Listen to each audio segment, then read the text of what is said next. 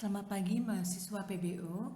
Untuk minggu ini kita akan menyelesaikan materi mengenai serialization. Jadi hari ini kalian mengerjakan latihan serialization. Ya, jadi gabungan sekalian dengan inheritance dan polymorphism seperti yang dicontohkan di minggu yang lalu. Nah, untuk yang minggu lalu karena ada satu latihan tentang employee based system yang diserialisasikan, saya bahas dulu sebelum masuk ke soal latihan yang hari ini. Oke, untuk employee based system tentunya kalian sudah pernah buat kelas employee, regular employee, dan temporary employee di materi yang inheritance sampai polymorphism. Jadi untuk keperluan serialization Anda cukup menambahkan keyword serializable di setiap kelas yang saling berkoneksi yang akan diserialisasikan. Dalam hal ini employee karena akan dibuat objeknya di form menu, jadi kita harus tambahkan serializable di dalam kelas employee. Ya, untuk data member, properties, konstruktor saya tidak akan bahas karena itu sudah masuk ke latihan yang sebelumnya. Ya, jadi yang pasti karena akan dibuat sebagai polymorphism dan tidak akan membuat employee sebagai objek, jadi yang kita akan buat objek adalah regular sama temporary employee, maka parent class yaitu kelas employee adalah sebuah kelas abstrak. Ya, kemudian yang di dalam metodenya yang dibuat abstrak adalah metode calculate bonus. Nah, kemudian untuk string, kalau Anda menggunakan toString yang mengoverride dari kelas objek, berarti public override toString. Tapi kalau kalian membuat metode untuk menampilkan properties metode sendiri, ya, print string kah atau display terserah namanya, kalian bisa buat sebagai metode abstrak juga yang nanti akan di-override oleh kelas temporary maupun regular employee. Ya, jadi yang diterapkan di sini yang override dari metode toString-nya kelas objek. Nah, berarti di kelas-kelas anak baik regular maupun temporary employee sama ditambahkan kata serializable yang merupakan kelas regular employee merupakan kelas anaknya employee.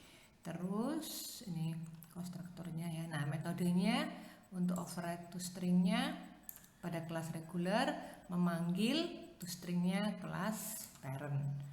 Ya, jadi menampilkan datanya kelas parent, yaitu properti-propertinya kelas parent diikuti data-datanya kelas regular, yaitu yang di sini ada metode untuk menghitung tunjangan anak, children allowance, dan menghitung bonusnya.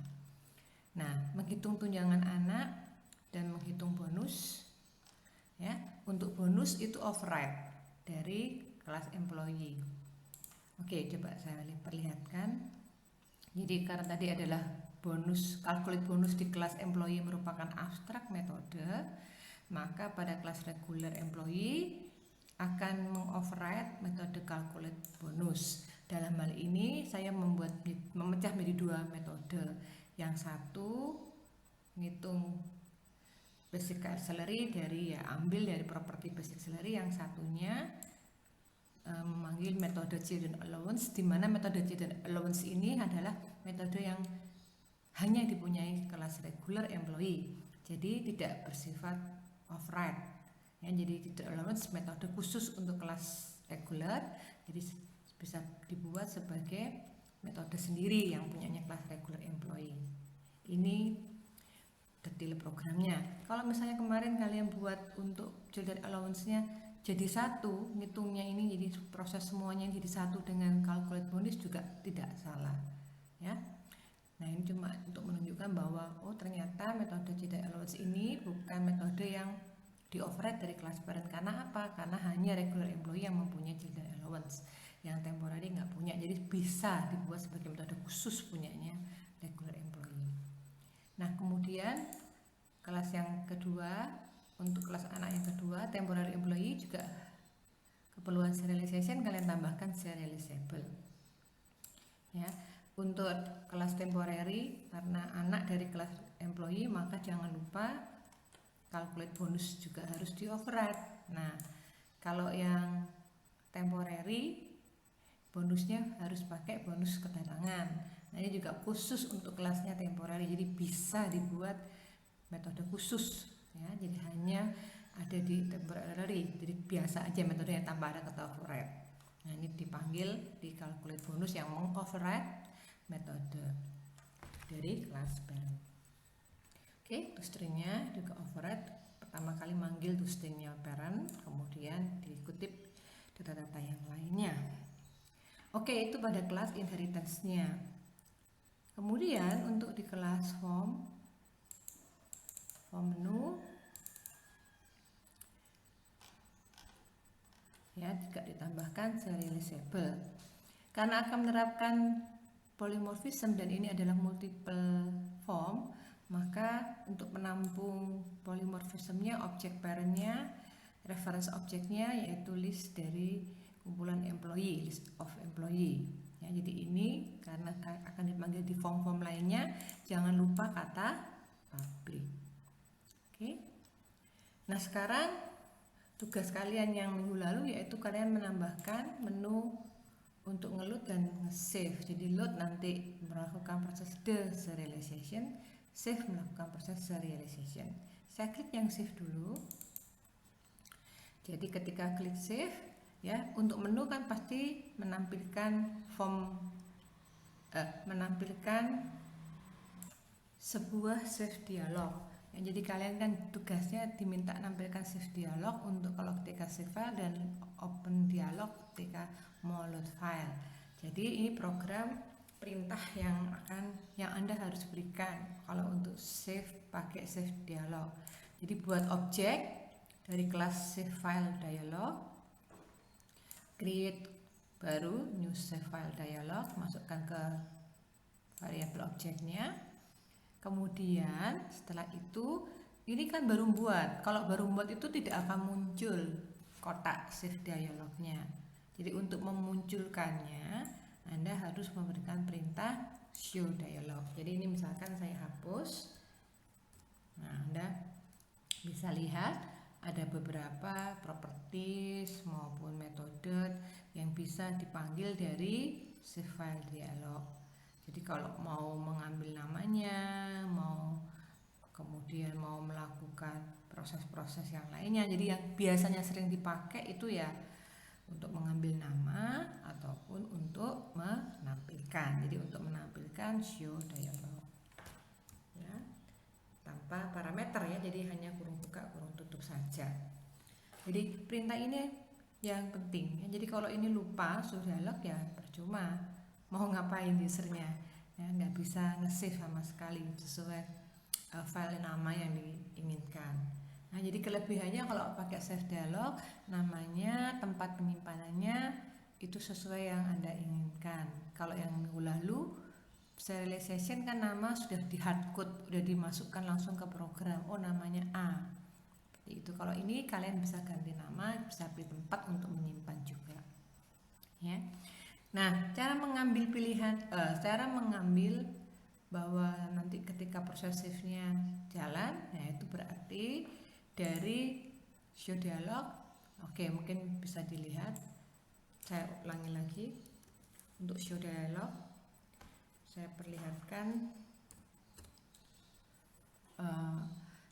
return value-nya ya. Lihat, perhatikan show dialog. Return value-nya adalah dialog result. Ya, jadi kalian tampung ke variabel yang tipenya adalah dialog result. Jadi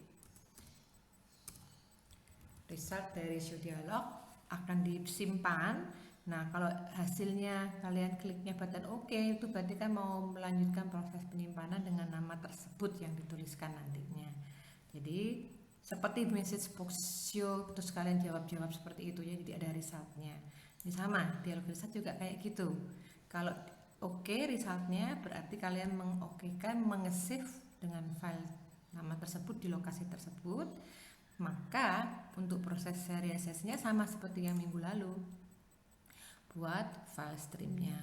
Nah untuk file stream kan butuh parameter penama adalah butuh nama filenya. Nama filenya ngambil dari ya save file objek save dialog tadi.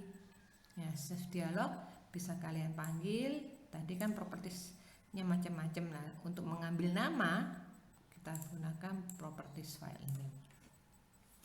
Ya, jadi save dialog untuk menampilkan show dialog. Untuk ngambil nama yang disimpan itu file name. Ya, ini beserta semua direktori yang bersangkutan. Jadi kalian bisa pindah posisi, lokasi penyimpanannya terambil semua untuk file name-nya. Ya. Jadi masukkan ke perintah serialization karena mau save, ya berarti aksesnya write, modenya menciptakan file dengan nama yang kalian sudah simpan di save dialog. Nah, ini proses pertama, ciptakan file stream. Proses kedua, serialization-nya. Jadi metode serialize, simpan ke file biner dengan dari file stream. Apa yang mau diserialize? Yang mau diserialize adalah satu objek saja, yaitu list of employee. Selesai, tutup. Berlaku yang sama, hampir sama ketika menu yang load. Ya, untuk menu load yang dipanggil dialognya bukan save tapi open file dialog. Open file dialog, ya.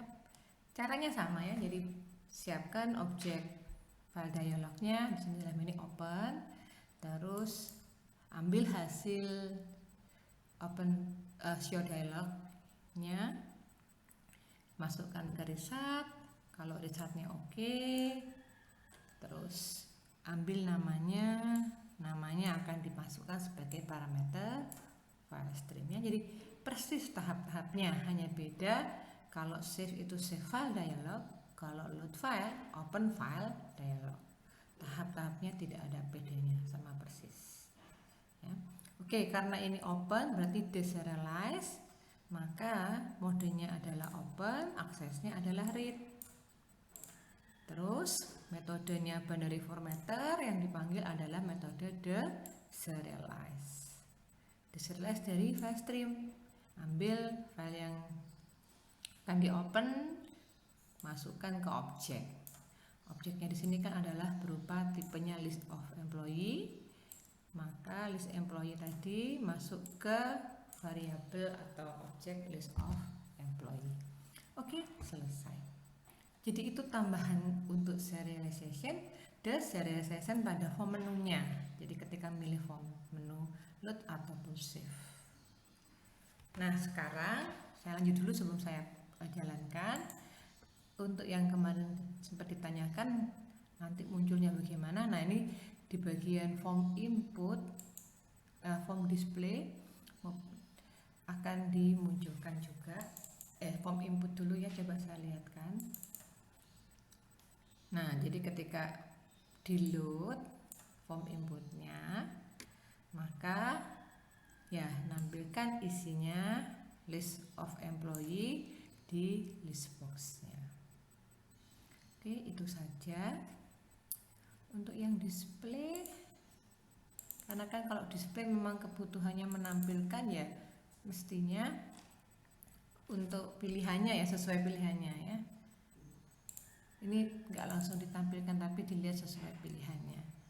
Jadi kalau misalnya kalian kepingin form displaynya ketika load langsung muncul semuanya, ya sebenarnya lakukan hal yang sama ketika yang tadi itu, form loadnya input employee. Jadi baca semua isinya. Sebentar, saya copy dulu ya. Terus display di form loadnya. Saya buat dulu form menunya. Ini saya taruh di atas aja karena lebih dari satu. Ini saya bisa seperti itu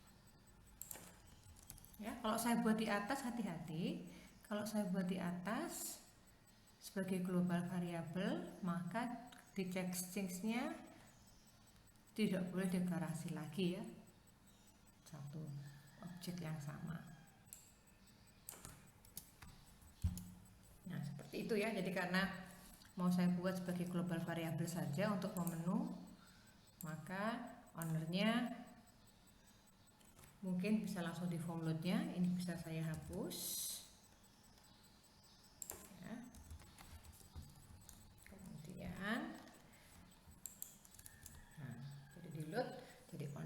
clear dulu list boxnya, nanti akan muncul di setiap kali ngeload file form display-nya. Oke, kita jalankan.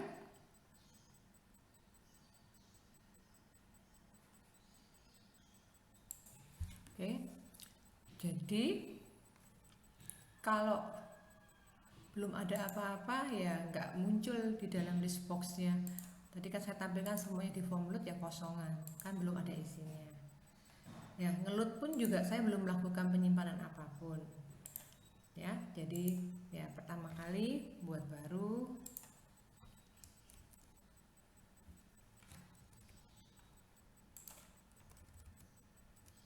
Misalnya saya buat 2 pegawai, yang satu reguler, yang satu temporary ya.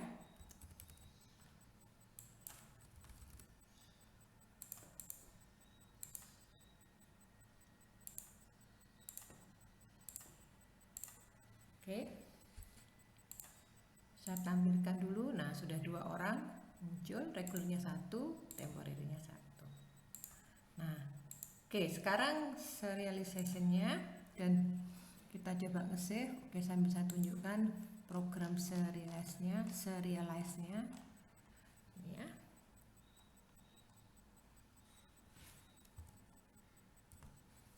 Jadi option save file. Nah, ini adalah save file dialog di show. Ya, show dialog akan menghasilkan form save file dialog yang berupa ini. Nah, silahkan terserah mau nyimpen di mana. Jadi enaknya itu kalau pakai save file dialog, mau simpen di mana, misalkan saya simpen di desktop gitu ya. Namanya misalnya employee.data gitu, misal save. Ya, misalkan saya coba keluar programnya, terus saya coba lagi buka file tersebut. Nah, deserialization-nya sekarang ya, open file dialog, load file, dan saya simpan di desktop.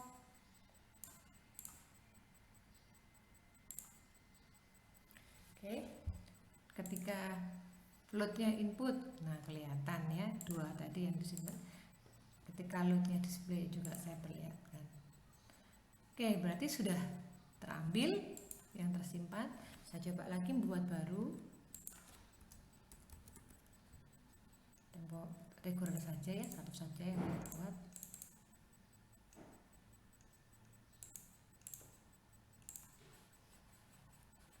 Aduh, belum saya save ya. Sebentar, tadi ada salah.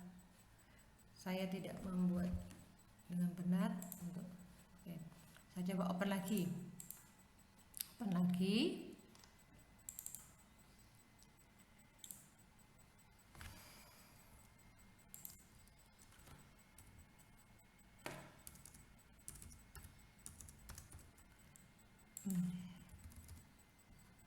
Reguler anaknya 1.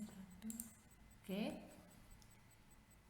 Nah, kalau saya lupa save ya nanti isinya cuma 2 saja ya. Nah, ini saya save. Nah, mau membuat file baru silakan, mau replace yang sudah ada boleh. Nah, saya replace yang ada, saya buka kembali.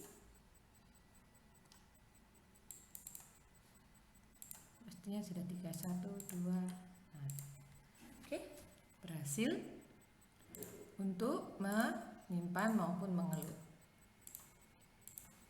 Itu untuk pembahasan yang tugas minggu lalu ya. Jadi menambahkan perintah open file dialog maupun save file dialog. Nah, sekarang untuk yang hari ini, untuk minggu ini tugasnya masih sekitar serialization, tapi ini kalian membuat baru karena kan kalau yang employee with system kan sudah ada kelas employee with-nya, kalian tinggal nambahkan save sama open file-nya. Nah, yang ini yang untuk tugas minggu ini, tugas hari ini yaitu tentang student ya, sudah pernah dibahas. Oh, belum ya, student belum pernah. Jadi Anda membuat aplikasi untuk menampilkan informasi tentang data students dibatasi. Ada 2 tipe students, yaitu regular maupun transfer. Regular itu ya dari SMA langsung ke university tersebut, kalau transfer pindahan dari university yang lain. Nah, ini data-data yang kalian harus simpan pada 2 kelas tersebut ya. Jadi ada nama sekolah SMA-nya untuk reguler maupun dari mana, IPA atau IPS jurusannya. Kalau untuk transfer bedanya nama university, sebelumnya programnya apa, dan jumlah SKS yang bisa ditransfer. Oke, nah perhatikan ketentuannya, kalian buat desain yang benar untuk hubungan kelas tersebut. Jadi nanti harus di aplikasinya hanya kalian bisa create-nya hanya regular atau transfer. Kemudian tampilkan yang dibutuhkan. Ya, buatlah konsep polymorphism inheritance yang tepat untuk kasus tersebut. Apakah dia generalization inheritance atau specialization inheritance, kalian coba analisa sendiri 2 kelas yang bisa di create ini. Nah, kemudian untuk namanya ditentukan di sini academic adm.dat. Nah, bagaimana cara menyimpannya? Ya, nggak lagi pakai option load sama save file, tetapi Anda perhatikan jadi multi form gitu ya. Ketika form menu di load, otomatis ngeload file tersebut academic adm.dat.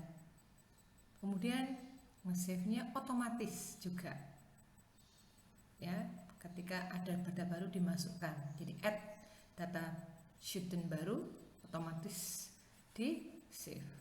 Ya, jadi variasinya dengan yang sebelumnya, kalau yang sebelumnya atau tugas yang tadi itu harus klik load sama klik save. Jadi kalau lupa ya nggak akan tersimpan ataupun nggak ke load gitu ya. Nah, kalau ini otomatis. Jadi ketika form menunya di load, berarti manggil filenya, lakukan deserialization. Nah, ketika data baru di save ke list, otomatis nge-save juga ke filenya. Itu ya bedanya ya. Caranya untuk prosesnya sama, cuma beda aksi save filenya maupun aksi loadnya di mana. Oke, ini step-step yang kalian harus lakukan. Nah, kalau sudah, kalian bisa upload di ULS. Nah, ini contoh tampilannya dalam bentuk form multiple form. Ini tampilan displaynya. Ini tampilan ketika option input. Ini inputnya. Oke, jadi itu tugas hari ini, tidak terlalu sulit, semestinya selesai selama waktu SKS waktu SKS hari ini ya, cepat selesai. Saya harap kalian segera selesaikan supaya nanti liburannya kalian benar-benar bisa liburan ya, sesuai dengan yang saya tuliskan di grup WA. Kalau Anda berminat dan tertarik untuk mengembangkan kemampuan Anda mengisi liburan, buat aplikasi game yang menerapkan inheritance, terserah gamenya apa, atau kalau misalkan nggak mau game boleh yang lainnya, database tapi yang versinya pakai BPO juga bisa dikembangkan pakai inheritance ya. Silahkan dicoba. Selamat mengerjakan, belajar, dan selamat liburan. Terima kasih.